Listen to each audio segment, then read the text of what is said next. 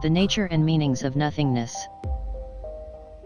Nothingness is a philosophical term for the general state of non-existence, sometimes reified as a domain or dimension into which things pass when they cease to exist or out of which they may come to exist.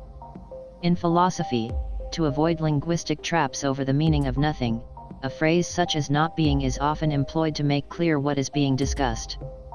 Western philosophy. Parmenides, 5th century BC, argued that nothing cannot exist because to speak of a thing, one has to speak of a thing that exists. Since we can speak of a thing in the past, this thing must still exist, in some sense, now, and from this he concludes that there is no such thing as change.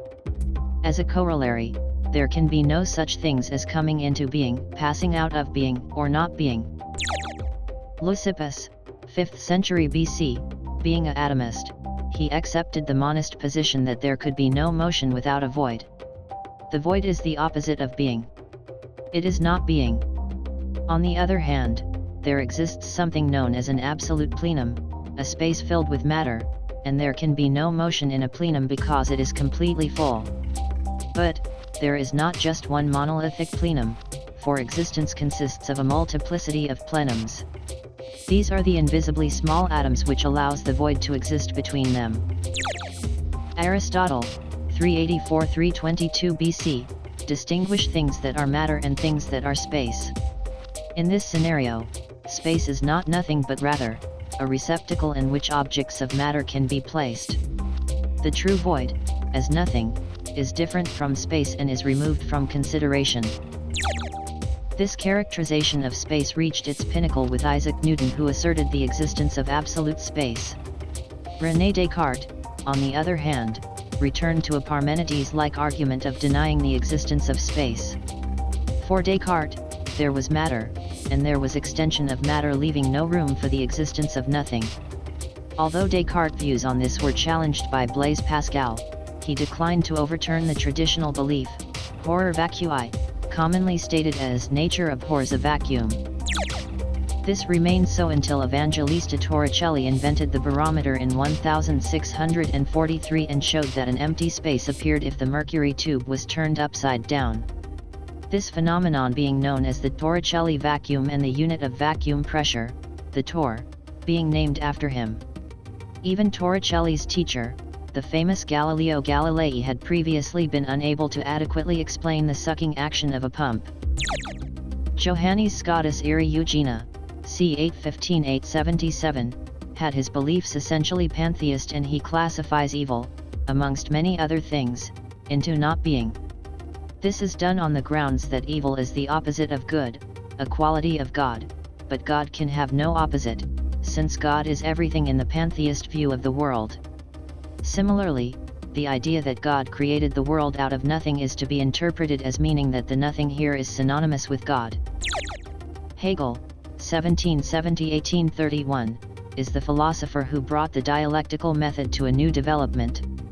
According to Hegel in Science of Logic, the whole is called the absolute and is to be viewed as something spiritual. Hegel then has, thesis, the absolute is pure being, antithesis, the absolute is nothing, synthesis, the absolute is becoming. So Hegel rejects the being-nothingness duality by emphasizing the category becoming. Jean-Paul Sartre, 1905–1980, defines two kinds of being, être. One kind is être en soi, the brute existence of things such as a tree. The other kind is être pour soi, which is consciousness. Sartre claims that this second kind of being is nothing, since consciousness cannot be an object of consciousness and can possess no essence. Sartre uses this conception of nothing as the foundation of his atheist philosophy. Equating nothingness with being leads to creation from nothing, and hence God is no longer needed for there to be existence. Eastern philosophy.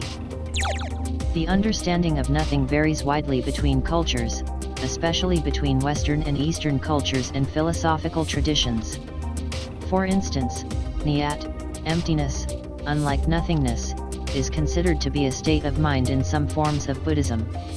Achieving nothing as a state of mind in this tradition allows one to be totally focused on a thought or activity at a level of intensity that they would not be able to achieve if they were consciously thinking.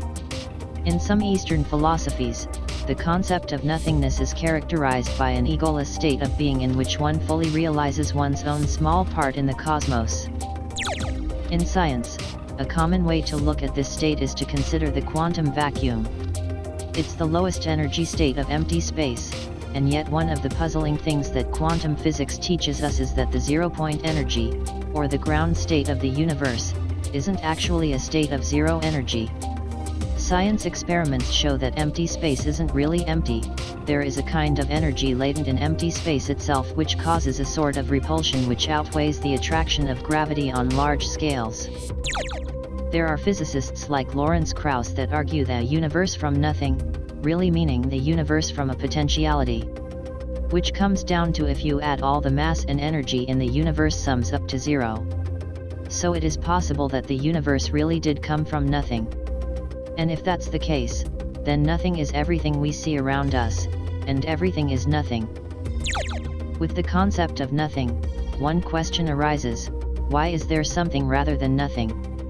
No experiment could support the hypothesis there is nothing because any observation obviously implies the existence of an observer, but this is an important question yet to be answered.